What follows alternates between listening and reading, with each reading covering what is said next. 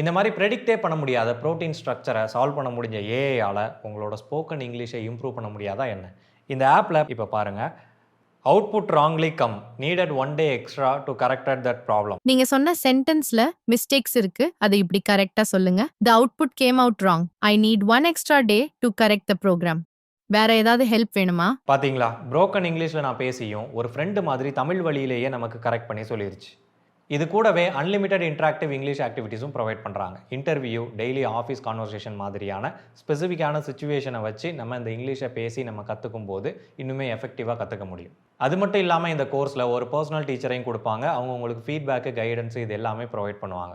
இதுதான் super Noah AI.